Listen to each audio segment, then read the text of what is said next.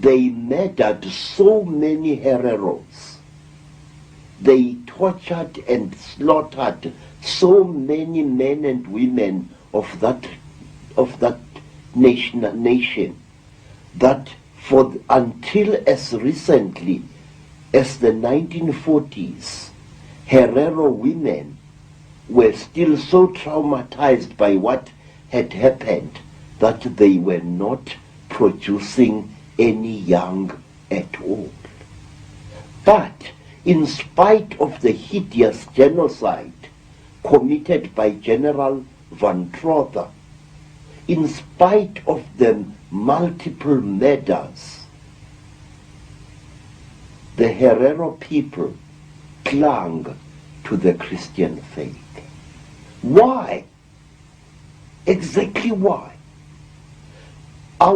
I now come to my people, the Zulus. When King Dingaan murdered the Voortrekker leader Piet Retief, the act was watched by Reverend Owen and Reverend Halstead from their mission station, which was built on a hill overlooking King Dingaan's great village. Halstead and Owen, unharmed by Dingaan, decided to flee from the place after that. And Dingaan was deeply sorrowed that his favorite preachers had decided to leave him. And King Cetshwayo, the warrior king who won the Battle of Isandlwane in 1875 or thereabouts, never harmed missionaries.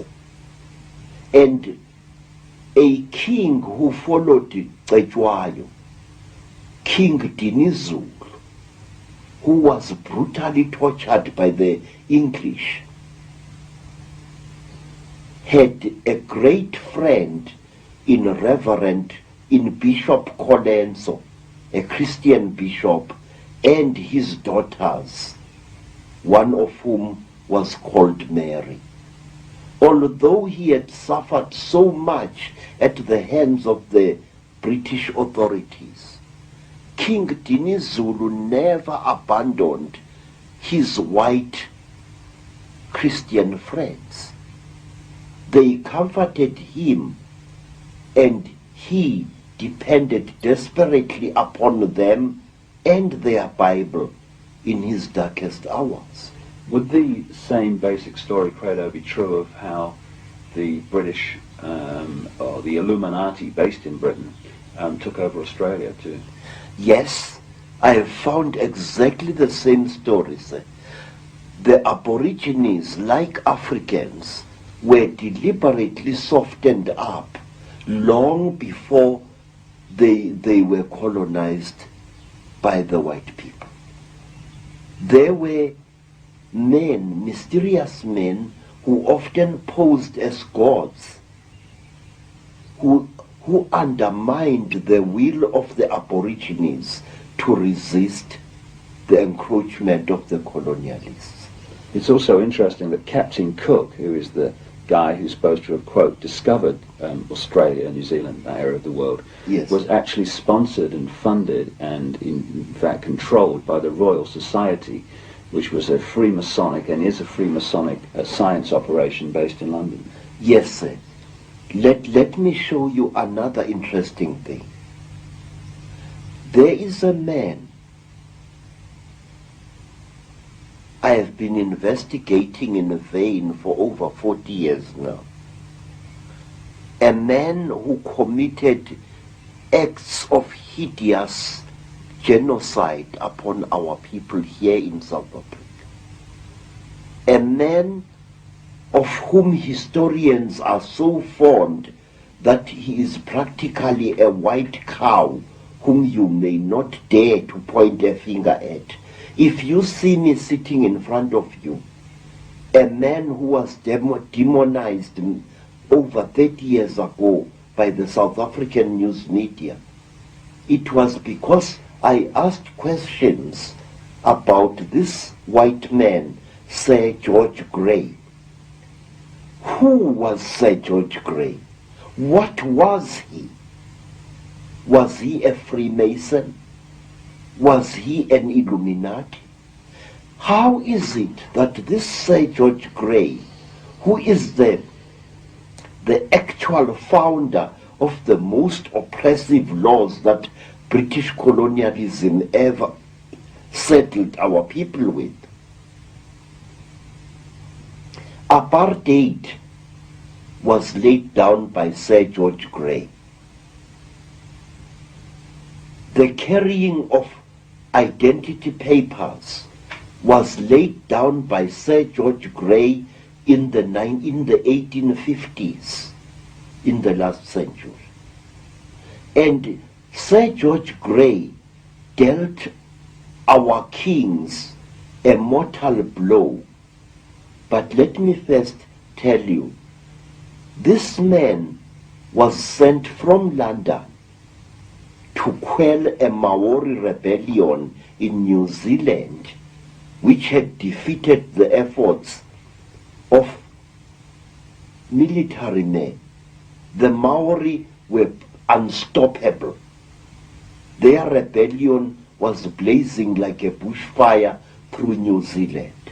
But when George Grey was sent to New Zealand, he managed to quell this rebellion with very, very little loss of life. What did George Grey do? I have never been able to find a book which tells me exactly what did George Grey do in New Zealand in order to pacify the Maoris who had beaten the efforts of the British soldiers. Because that same George Grey was brought from New Zealand to South Africa in order to quell a great rebellion by the Xhosa people. And George Grey used outright trickery in order to force the Xhosa people to actually destroy themselves. George Grey deliberately and cold-bloodedly tricked the Xhosa people into slaughtering their own cattle, burning their own crops. It is one of the saddest stories of our country's blood-drenched history. And almost overnight, George Grey reduced the Xhosa people of the Eastern Cape into a nation of dying skeletal starvelings. Because after George Grey had manipulated the Xhosas with raw trickery into destroying their crops, destroying their cattle, he practically had them on the plate. Hunger, raw hunger and starvation achieved what military might had failed to achieve after many, many embattled decades. George Grey was a psychologist par excellence. George Grey was a trickster who knew the native races, and he knew how to exploit their beliefs to bring about their own destruction. Let me show you what Grey did. One day, when great tension was boiling up in the Cape, and when the colonialists were threatened by yet another border war between themselves and the Xhosa people,